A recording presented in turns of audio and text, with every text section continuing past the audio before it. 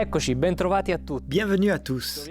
Nous voici à la deuxième leçon de l'UPM, l'Université populaire Mariale. Vous vous souviendrez que le mois dernier, avec Lucia Biniente, Adriana Cossedu et le père Fabio Ciardi, nous avons commencé à comprendre un peu le thème de ces leçons, les statuts généraux de l'œuvre de Marie. Aujourd'hui et avec les 3 prochaines leçons, nous entrerons dans le vif du sujet, pour mieux connaître nos statuts et leur signification. Vous avez peut-être reconnu le lieu où nous nous trouvons aujourd'hui. Nous sommes dans la salle de l'École Abba, au Centre international du mouvement. L'École Abba, comme vous le savez, a été fondée par Chiara Lubich en 1990.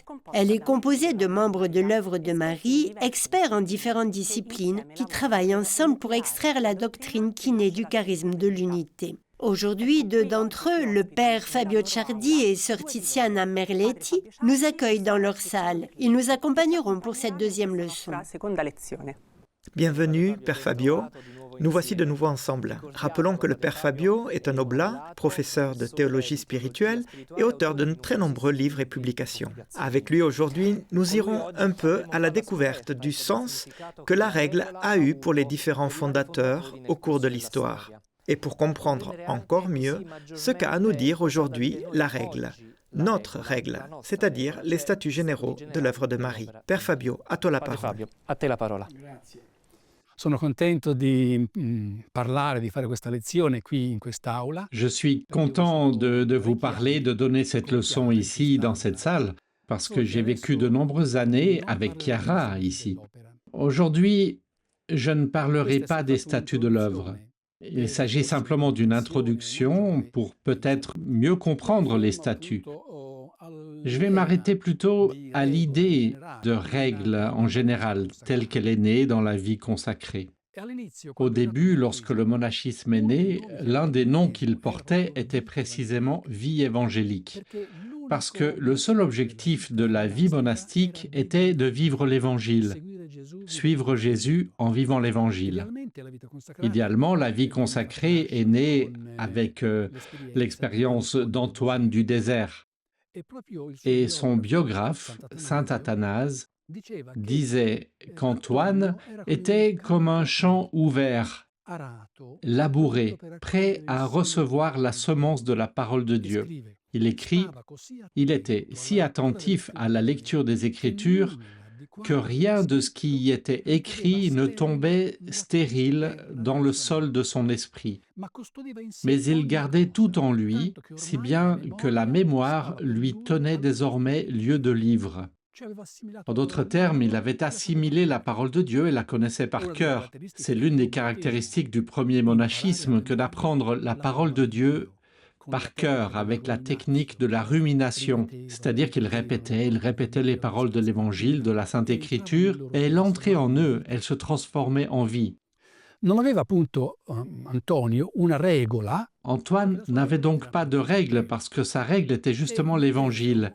Et Luther, si critique à l'égard du monachisme, tenait saint Antoine en haute estime. Il écrivait « Saint Antoine, le père des moines et fondateur de la vie monastique, considérait et enseignait qu'il ne faut jamais rien entreprendre qui ne soit fondé sur l'autorité des Écritures.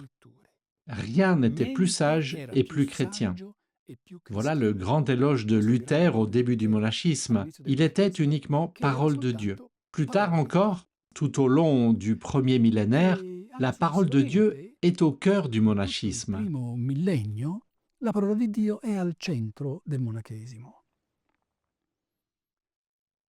En Orient, les premières règles, lorsqu'elles naissaient, étaient très simples. Elles n'avaient pas de contenu spirituel profond. Pourquoi? Eh bien parce que la règle était en réalité l'Évangile, ce n'était que des règles pratiques pour vivre ensemble. Et il en va de même en Occident, la règle, la grande règle de saint Benoît, commence par dire « Écoute, mon fils ». Et elle met le moine à l'écoute de la parole de Dieu. Elle écrit encore « Écoutons la voix de Dieu qui s'adresse à nous chaque jour. » Donc, pour saint Benoît, comme je l'ai mentionné dans l'introduction de la dernière leçon, sa règle n'est qu'une initiation pour les débutants, pour commencer. Mais pour continuer, il y a toute l'Écriture sainte. Au début du 2e millénaire, saint Étienne de Muret résume tout le parcours de la vie monastique et consacrée du 1er millénaire. Il écrit « Vers la maison du Père, il y a différents chemins qui sont appelés la règle de saint Basile, de saint Augustin, de saint Benoît. Mais ces règles ne sont pas la vraie règle. Elles ne sont pas la source.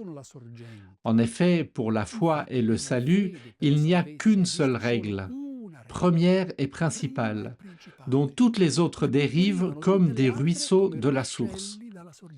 C'est le Saint Évangile que le Sauveur a transmis aux apôtres et qu'ils ont fidèlement proclamé à l'univers entier. Il n'y a pas d'autre règle que l'Évangile. Et nous pourrions continuer, saint François d'Assise commence ainsi sa règle. La règle des frères mineurs est d'observer le Saint Évangile de notre Seigneur Jésus-Christ. Telle est la règle. Et je pourrais en citer de nombreuses, même récentes, au XXe siècle. Louis Orione. Notre première règle et notre vie est d'observer le Saint-Évangile. Et la petite sœur Magdeleine. Nous devons construire quelque chose de nouveau. Une chose nouvelle qui est ancienne, c'est-à-dire le christianisme authentique des premiers disciples de Jésus, c'est-à-dire que nous devons reprendre l'Évangile mot à mot. Et le Concile Vatican II résume ce parcours en disant que la règle suprême de tous les instituts, la norme ultime de la vie religieuse est de suivre le Christ comme l'enseigne le Saint-Évangile. Alors la question est, mais si tout le monde ne veut vivre que l'Évangile, pourquoi y a-t-il tant de règles? Pourquoi y a-t-il tant de familles religieuses? Il me semble que le passage de la règle de l'Évangile aux règles est donné par le charisme. L'Esprit Saint donne des grâces particulières à des personnes pour qu'elles fassent une lecture particulière de l'Évangile, qu'elles aient une compréhension toujours nouvelle de l'Évangile. Il me semble que l'Esprit Saint est comme un prisme qui décompose la lumière blanche de l'Évangile en de nombreuses lumières colorées. Chaque charisme a une couleur différente, mais il est de même nature, car il est lumière. Quindi ogni fondatore è condotto dallo Spirito Santo a una comprensione particolare del Vangelo, del mistero di Gesù. Donc, chaque fondateur est conduit par l'Esprit Saint à une compréhension particulière de l'Évangile, du mystère de Jésus, pour le revivre, pour le mettre en œuvre. Le charisme est donc comme une loupe sur certaines pages de l'Évangile, et qui, pour ces hommes, ces femmes qui fondent une famille charismatique, sont les mots-clés qui donnent leur identité. Lumen Gentium décrit la multiplicité des charismes en disant qu'ils sont le même Christ, mais appréhendés dans des moments particuliers, soit dans sa contemplation sur la montagne, soit dans son annonce aux foules du royaume de Dieu, soit encore quand il guérit les malades, les infirmes, lorsqu'il convertit les pécheurs, quand il bénit les enfants et répand sur tous ses bienfaits. Les fondateurs sont donc cette parole d'évangile devenue vie. C'est une interprétation de l'Évangile, c'est une exégèse vivante des paroles de l'Évangile. Et notre Chiara dit, avec une très belle image, qu'est-ce que l'Église? En regardant les charismes, elle dit que l'Église est le Christ déployé au long des siècles. C'est le mystère du Christ qui se manifeste de siècle en siècle. C'est un évangile vivant qui se manifeste sous des formes toujours nouvelles. Alors qu'est-ce que la règle? Qu'est-ce qu'une règle? C'est l'évangile lu à travers la médiation d'un charisme. Elle est au service d'un projet de vie qui naît de l'Évangile. Une autre belle image de saint François.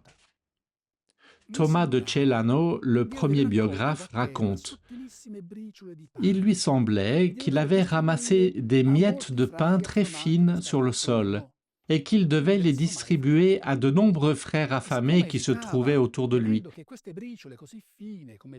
Et comme il hésitait, craignant que ces miettes si fines comme de petits grains de poussière ne lui échappent des mains, une voix se fit entendre d'en haut, lui criant « François, avec toutes les miettes, forme une seule hostie et donne-la à qui le veut. » Peu après, alors qu'il veillait en prière, cette voix lui parvint du ciel. « François, les miettes de la nuit dernière sont les paroles de l'Évangile. L'hostie, c'est la règle. La règle est donc l'Évangile vécu par François et donné à ses disciples.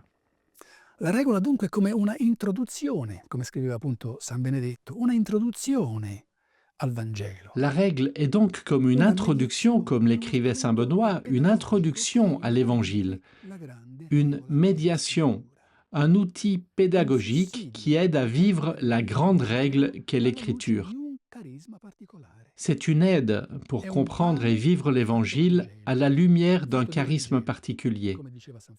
C'est un pain évangile, fait d'évangile, comme le disait saint François. Et saint François de Sales utilise une autre très belle image poétique. Entre l'Évangile et les règles, il n'y a pas plus de différence qu'entre la musique écrite et la musique chantée. Une règle, c'est le chant de l'Évangile. Toutes les familles religieuses ont une règle. Certaines règles ont traversé les siècles. Elles sont restées inchangées, comme celle de Basile, d'Augustin, de Benoît. Il n'y a pas d'autre type d'institution qui ait des règles aussi anciennes. Les plus anciennes constitutions des États datent d'hier, mais les règles ont traversé les siècles. Ce sont des règles extraordinaires qui ont façonné des saints et qui ont donné naissance à des monuments de civilisation. Mais pourquoi avons-nous besoin d'une règle? Je vais expliquer en 4 mots, brièvement, pourquoi, selon mon expérience, nous avons besoin d'une règle. Le premier mot est ordre. La création naît du chaos. Il y a un chaos primitif. L'esprit arrive, la parole arrive, l'ordre arrive, la création arrive. Et comment se produit la création? Par la distinction. La distinction entre le ciel et la terre, entre la lumière et les ténèbres, entre l'eau et la terre. Le chaos est mis en ordre. Le péché, eh bien, c'est le retour au chaos primitif, primordial. Le péché est l'élimination de la distinction, l'abolition de la loi. Une règle aide à rétablir l'ordre initial. En ramenant la distinction entre les choses et entre les actions, comme la distinction entre le bien et le mal, la loi de la mort et celle de la vie. Le deuxième mot est harmonie. Cette distinction pourrait dégénérer en une division, en une séparation, comment dire, sans communication possible entre les différents éléments, une dichotomie entre l'action et la contemplation, le corps et l'esprit, la personne et la communauté. La personne ne se réalise pas si elle ne vit pas tous les aspects, toutes les dimensions de la vie.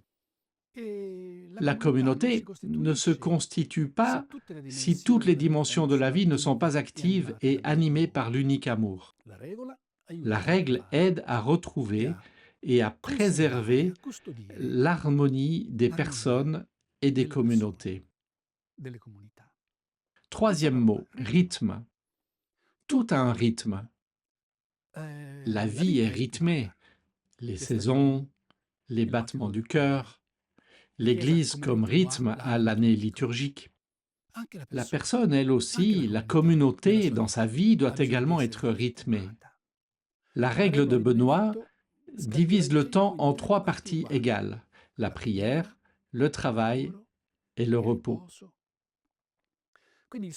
Par conséquent, la succession des moments dans la journée, la semaine, le mois, l'année doit être régie par la règle, ce qui garantit un parcours ordonné et harmonieux. Donc, ordre, harmonie, rythme, et le 4e mot peut sembler un peu difficile: discipline. Rester fidèle à un projet de vie qui nous a été donné demande une ascèse, la maîtrise de soi, un suivi constant du chemin. Est-ce que je suis sur la bonne voie? Une discipline qui met en échec les changements d'humeur, les baisses de régime, l'improvisation. Nous sommes sur un chemin sérieux. La règle aide à prendre sa vie en main, sérieusement, sans alibi, en imposant une discipline à la personne et à la communauté pour faire face à d'éventuelles déviations ou à des tentations de déviation. E chi è che dà una regola? Et qui donne une règle? Bien, en soi, c'est l'Esprit Saint, justement, qui aide une personne à comprendre d'une manière nouvelle l'Évangile et à comprendre comment le vivre. Le fondateur fait donc une expérience sous la conduite de l'Esprit Saint, et cette expérience, il doit la communiquer, la transmettre. Et la règle est précisément l'instrument principal dont disposent les fondateurs, les fondatrices, pour transmettre leur expérience de l'Esprit, pour transmettre le charisme qu'ils ont reçu. D'où l'importance de la règle pour la continuité charismatique. Dans son testament, saint François d'Assise ordonne fermement, par obéissance, à tous les frères de ne pas ajouter d'explication à la règle. Je le cite: « Comme le Seigneur m'a donné de dire et d'écrire la règle, vous devez la comprendre simplement et sans commentaire et l'observer saintement jusqu'à la fin. » Saint Angèle Merici, parlant de sa sainte règle, invite les vierges de sa compagnie à ne jamais se laisser égarer, loin d'elle, parce qu'elle est divinement ordonnée. Saint Vincent de Paul, l'esprit de sa famille est contenu et incorporé dans la règle, et il est impossible d'acquérir l'esprit de la mission, qui est son charisme, sans l'observance de la règle. Tout y est indiqué. Et pour voir comment chacun doit être formé, comment il doit œuvrer, il n'a qu'à jeter les yeux sur ce miroir. Et mon saint fondateur, saint Eugène de Mazenod, nous invite à nous imprégner de l'esprit des règles, à les pratiquer. Je le cite: « Ce n'est qu'ainsi que nous serons ce que Dieu veut que nous soyons et dignes de notre vocation. C'est là le secret de la perfection. C'est là tout ce qui doit vous conduire à Dieu. » La règle, en conclusion, est un instrument privilégié pour transmettre le charisme et donc pour vivre l'Évangile lu selon le charisme. C'est l'inspiration communiquée, c'est une expérience communiquée qui engendre une expérience similaire. Chiara, dans un de ses écrits des années 50, l'appelle le chef-d'œuvre du saint. Et elle écrit: « Le fondateur est un petit père et la sainte une petite mère. La règle atteste, explique, fixe, conserve son idéal, son œuvre, avec une certaine physionomie, un caractère propre, un sang propre. Chiara estime devoir l'affirmer publiquement avec la force avec laquelle une mère dit « c'est mon enfant et pas un autre ». C'est pourquoi la règle est le chef-d'œuvre du saint. Médiation évangélique, la règle oriente les premiers pas vers une lecture toujours plus profonde de la parole de Dieu. C'est le début d'un parcours spirituel qui requiert de s'ouvrir sans cesse à de nouveaux horizons, sans limite. En ce sens, la règle a une valeur minimale indicative. Elle ne ferme pas, elle ouvre à une expérience toujours plus grande. Elle donne le départ, et ensuite on avance. L'Esprit Saint, qui est à l'origine du charisme, reste le guide ultime pour chaque membre d'une famille charismatique, comme il l'a été pour Jésus, pour chaque chrétien, pour les fondateurs, pour les fondatrices. La règle des fondateurs était l'Esprit Saint qui les guidait. La règle est une piste en vue de cette conduite intérieure de l'Esprit Saint, et elle nous rend libres. Les derniers mots de Saint François, adressés à ses frères juste avant sa mort, sont significatifs. Et je conclus ainsi. Il leur dit, « Moi, j'ai fait ma part. » On s'attendrait à ce qu'ils disent, « Eh bien, vous faites la vôtre. » Mais non. Il dit, « Moi, j'ai fait ma part, c'est-à-dire que je me suis laissé guider par l'Esprit Saint. Que le Christ vous enseigne la vôtre. Chacun doit être docile à l'action de l'Esprit et suivre ce qu'il indique. Il a fait sa part, il l'a transmise. Maintenant, vous, faites la part que le Christ vous enseignera. C'est cela le sens d'une règle. Adesso voi fate la parte che Cristo vi insegnerà. Questo è il senso di una regola. Merci. Merci à toi.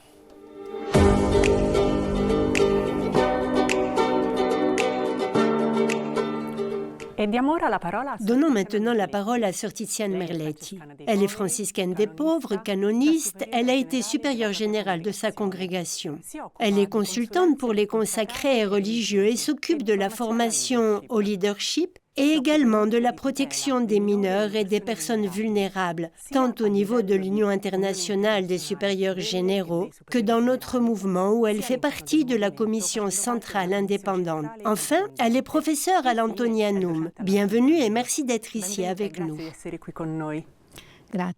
Je vous remercie. Merci aussi pour cette invitation, pour cette possibilité d'explorer ensemble ce beau titre, Une vie ensemble exprimée par le droit. Alors, commençons tout de suite par une question un peu particulière mais précise, Sœur Tiziana. Nos statuts. Voici la question.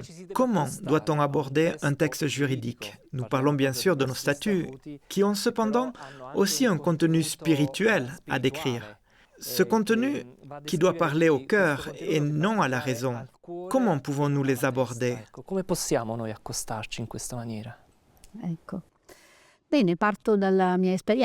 Je pars de ma propre expérience. Je suis franciscaine des pauvres depuis presque 40 ans et donc une personne qui a tout misé sur la règle et les constitutions de l'Institut. Je parle aussi en tant que canoniste qui accompagne de nombreux instituts religieux. Je dirais donc que la meilleure attitude est l'attitude contemplative. Je cite une phrase de Novalis qui écrit « Tu as éveillé en moi le noble désir de plonger mon regard dans l'âme du vaste monde. » Il me semble que les mots de cette poésie expriment bien le fait qu'un texte est censé exprimer les fondements d'un charisme, ce que l'on appelle le code fondamental, qu'on appelle en général règles pour les ordres religieux, les constitutions pour les instituts de vie consacrés, les statuts pour une association publique ou privée, comme c'est le cas pour le mouvement, doit être abordé avec désir, disait la poésie, noble désir, et profondeur, plonger le regard. Désir, parce que nous savons que les fondateurs et les fondatrices ont répondu à un appel pour mettre noir sur blanc le dessein que l'Esprit Saint était en train de faire naître, d'abord dans leur âme, puis parmi leurs premiers compagnons et compagnes. Cela nous amène à considérer l'attrait que nous avons éprouvé envers cette œuvre spécifique comme un appel à des valeurs que nous portons déjà en nous, de sorte que la lecture d'un texte juridique tel que les statuts devrait pouvoir signifier se regarder dans un miroir, se reconnaître. C'est de là que part le désir, que naît le désir. Ensuite, profondeur.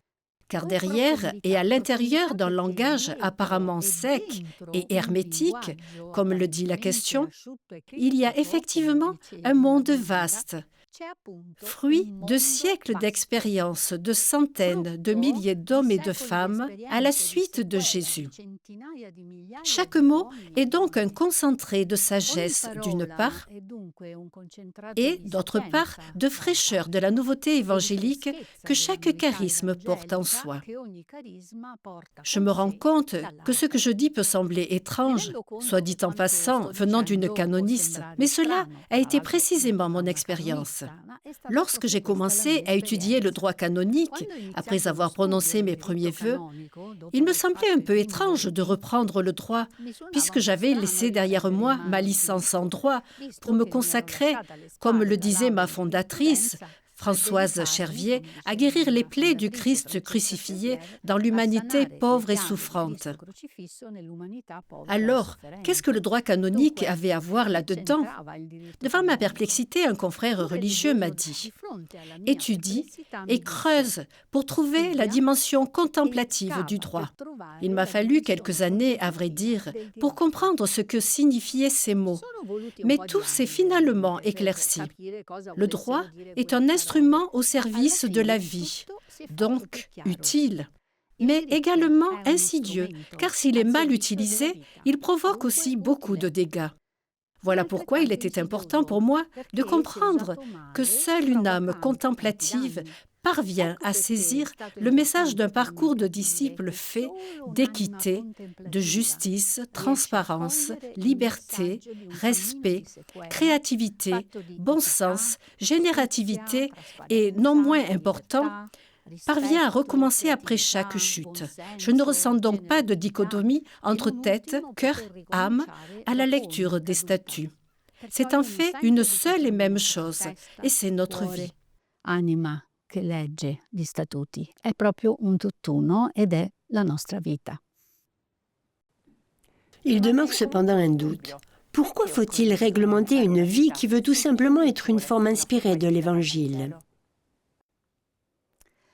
Come già abbiamo avuto modo di ascoltare da Padre Fabio, Comme nous l'a déjà dit le Père Fabio, les fondateurs et les fondatrices ont très tôt ressenti l'urgence de mettre par écrit, précisément sous forme de règles, ce que l'Esprit Saint leur suggérait quant à la forme de vie qu'il entendait susciter sur la terre.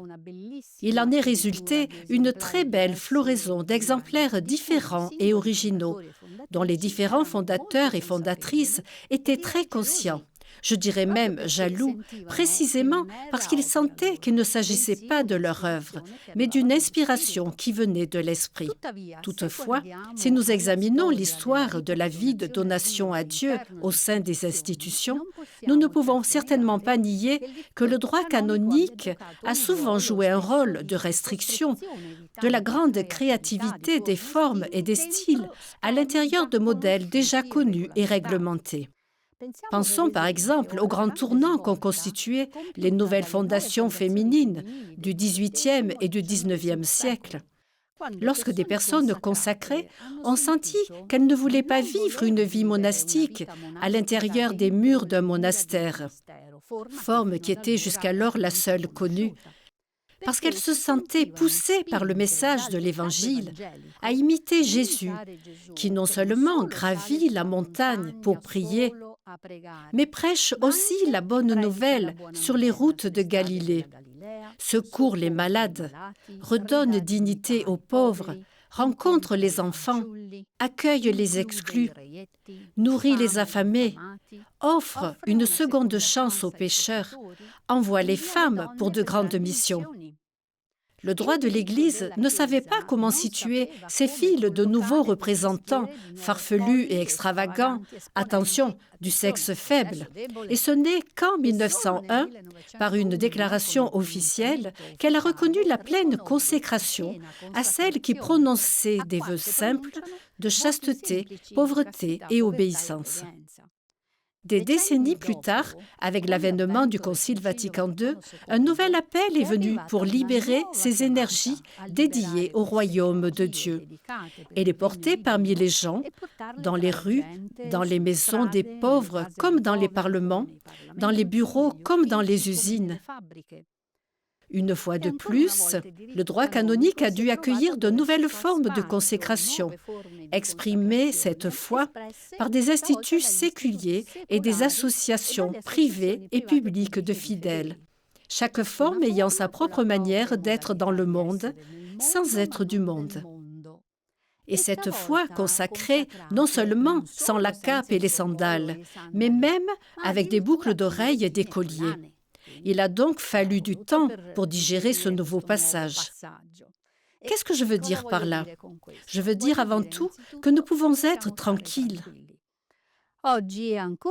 Aujourd'hui, il est encore plus clair que si le droit canonique a pour fonction d'interpréter ce que l'Esprit suscite dans l'Église, et donc c'est un instrument qui active accessoirement la réglementation des styles de vie, entre-temps, la vie continue et de ce fait, les règles, les constitutions et les statuts se retrouvent à tracer de nouveaux parcours, s'insinuant dans les plis, au moins ceux qui ne sont pas interdits, du droit canonique.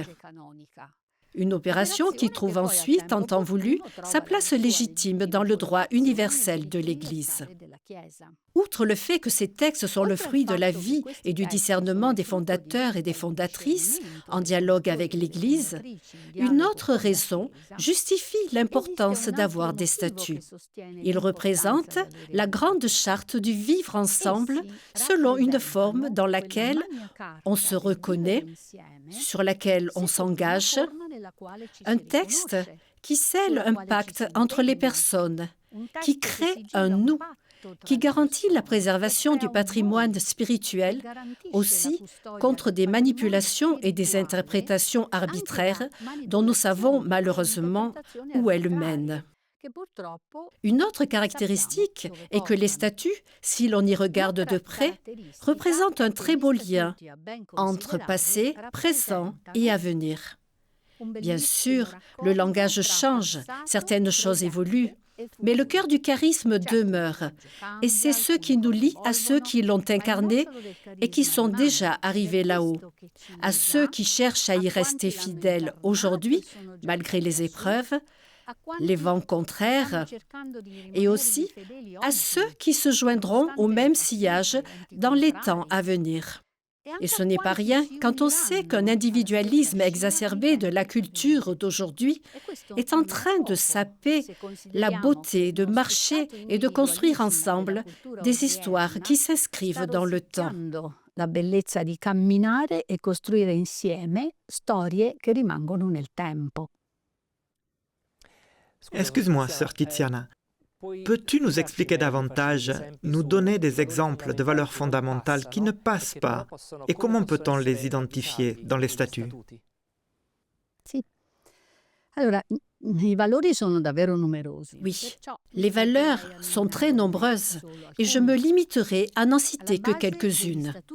À la base des statuts, comme de tout code fondamental, il y a une idée originelle forte dans le fait de se mettre à la suite du Christ, comme le disait le Père Fabio, une parole de l'Évangile qui demande à être incarnée, développée, rendue féconde de fruits inédits et abondants. C'est cette parole qui fait office de fondement, de référence qui ne passe pas. Les modalités changeront, mais pas le choix de cette parole, qui doit imprégner l'identité de l'institution, qui doit motiver et inspirer les choix à venir. On ne peut pas toucher à cette parole. Une autre valeur est représentée par le respect de la dignité de chaque membre qui choisit d'appartenir à cette communauté et qui y est accueilli.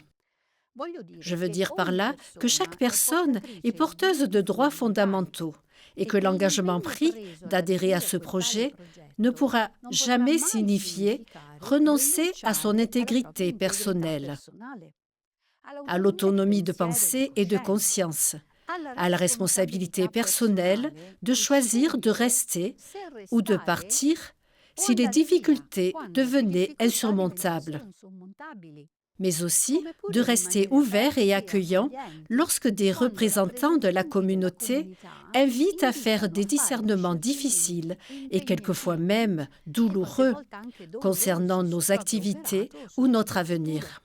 Oui, parce que les statuts doivent tracer des lignes claires concernant les droits, mais aussi les devoirs des membres. Ce dernier passage nous amène également à souligner l'importance d'accepter qu'au sein de toute communauté ou groupe, il y ait des personnes qui jouent un rôle de leadership. Là aussi, la valeur principale qui doit être bien exprimée dans les statuts consiste dans le fait que détenir l'autorité signifie servir le bien commun. Donc, le faire avec humilité, respect, patience, restant dans l'attitude de devoir apprendre, recommencer, s'excuser, ne pas s'approprier son propre rôle, être prêt à se retirer lorsque le moment est venu, conformément à la sagesse de l'Église. Au rôle de leadership correspondent les rôles de membership qui comportent non seulement le droit, mais aussi le devoir de participation, de coresponsabilité, de vigilance, de transparence et de partage des talents personnels, sans oublier le devoir de signaler lorsque, pour tout problème personnel, psychophysique, on ne serait plus en mesure d'assumer la fidélité à ses engagements, parce qu'on demande l'aide de la communauté. Une dernière valeur que je voudrais mentionner est celle de l'interculturalité. Les statuts doivent refléter nécessairement les différentes sensibilités présentes dans la communauté, naturellement en général, à travers le langage utilisé, la manière d'exprimer les différents éléments du charisme vécu ensemble, des perspectives qui se présentent pour l'avenir. Delle prospettive che si presentano per il futuro.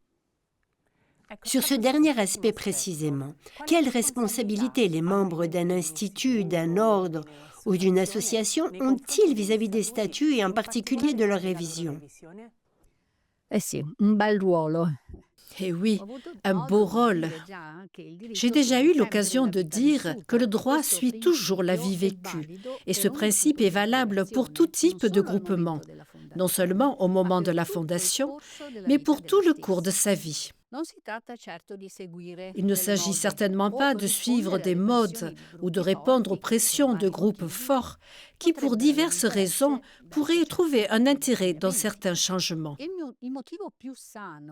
La raison la plus saine réside dans le fait que les membres d'une communauté au sens large, ou d'un peuple si l'on veut, représentent un organisme vivant qui, par conséquent, évolue, se transforme, grandit dans la conscience de sa propre identité et de sa mission dans le monde. C'est un système ouvert qui donc, au contact d'autres organismes, connaît une pollinisation réciproque, d'où de nouvelles stimulations pour se poser des questions différentes, entrer dans un discernement, comprendre ce qu'il faut lâcher et ce qu'il faut garder. Or, tout cela doit nécessairement se refléter dans le texte des statuts. C'est précisément une question de soins mutuels. Nous prenons soin des statuts afin qu'ils continuent à exprimer le charisme authentique incarné dans le temps. Et les statuts prennent soin de nous. Ils soutiennent notre vocation, construisent le nous autour du charisme, génèrent le sens de notre être dans et pour l'Église, et dans et pour le monde.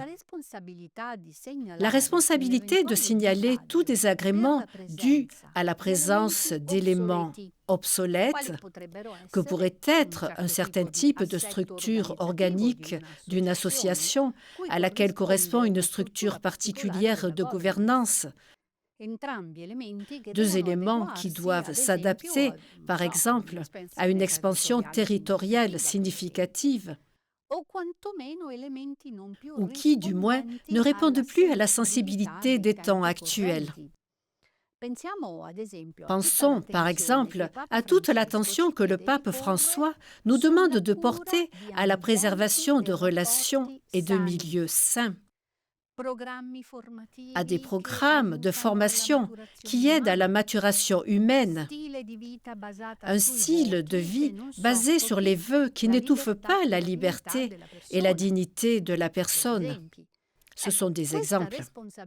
Cette responsabilité incombe en premier lieu à chaque membre de l'association. En effet, les membres sont les meilleurs sentinelles, car vivant la vocation commune au quotidien, ils peuvent ressentir la fatigue causée par des aspects qui subissent l'usure du temps. Toutefois, il est de la responsabilité de la gouvernance de créer les conditions nécessaires pour entamer des processus de discernement, de sorte que toutes les personnes qui ont un intérêt légitime soient associées au dialogue et au travail de révision. Un beau principe qui sous-tend la loi de l'Église est énoncé comme suit: Quod omnes tangit, ab omnibus tractari et approbari debet, soit ce qui concerne tous doit être traité et approuvé par tous. Il s'agit d'un principe contenu dans le droit justinien, repris de diverses manières, mais à la fin par le Concile Vatican II et repris dans le texte du Code de droit canonique au canon 119, troisième paragraphe, qui parle de la formation de la volonté collégiale. Et comment se réalise alors un processus synodal autour de la nécessité d'identifier des changements dans le texte des constitutions? Dans notre cas, un mandat de l'Assemblée générale est nécessaire.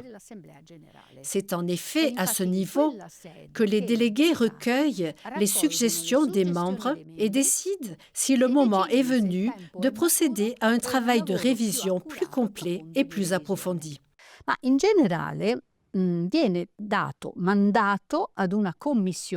En général, une commission est mandatée pour fournir des informations aux membres afin qu'ils travaillent sur les parties, les expressions ou les concepts qu'il conviendrait précisément d'éliminer, de modifier ou bien d'ajouter. Une fois que les contributions sont arrivées, la commission a la tâche délicate d'assembler le matériel et de créer une première ébauche du nouveau texte. Lors de l'assemblée suivante, le travail est présenté et voté article par article. Il est adopté s'il obtient la majorité qualifiée des 2/3 des votants. Vous le trouvez dans les statuts de l'œuvre. L'approbation définitive de ce qui a été voté revient au dicaster pour les laïcs, la famille et la vie, qui garantit la reconnaissance officielle par l'Église de l'admissibilité des changements, à la lumière du charisme originel dont l'Église elle-même se porte garante et du parcours du magistère et de l'Église tout entière. Or, s'il s'agit du parcours institutionnel canonique, donc objectif et orienté vers un résultat bien précis, l'expérience nous enseigne que la composante émotive ne doit pas être sous-estimée. Mettre la main, sans l'altérer, sur le texte des statuts, auquel la fondatrice elle-même a travaillé, n'est pas une mince affaire. Il y aura ceux qui ont peur d'abîmer l'œuvre de Dieu et qui, pour cela, auront peut-être tendance à limiter au minimum les interventions sur le texte, animés par de bonnes intentions. Tout comme il y aura ceux qui sont prêts à prendre la responsabilité d'aller de l'avant et donc à faire confiance aux intuitions mûries avec Jésus au milieu d'eux. Ce sont deux, ou cela semble être deux polarités, mais ce sont deux voix qui doivent vraiment dialoguer entre elles. Comme toujours, la parole de Dieu vient à notre rencontre et nous montre le chemin, nous rappelant peut-être que l'important est de construire la maison sur le roc. Le reste pourra tomber sans pour autant effacer la valeur d'avoir cru et de continuer à répondre à l'invitation « Viens et suis-moi ». Alors, au terme de cette réflexion ensemble, je vous souhaite à tous un bon travail pour cette étude qui doit vraiment être passionnée. Donc, tête, cœur, âme, tout. Je vous souhaite une prière confiante et aussi beaucoup de dialogue entre vous. Merci. E anche tanto dialogo fra voi. Grazie. Grazie a te, Sor Tiziana, per questo prezioso contributo. Merci, Sœur Tiziana, pour cette précieuse contribution. Merci à vous tous aussi qui nous avez suivis et à ceux qui nous ont écrit durant la première leçon. Je vous rappelle que vous pouvez le faire aussi pour cette leçon, soit dans les commentaires du canal YouTube, soit par email à l'adresse upm@focolare.org. Vous trouverez les réponses sur le canal YouTube ainsi que sur le site de l'Université populaire Mariale. Nous répondrons avant le prochain rendez-vous qui aura lieu le 8 mars prochain.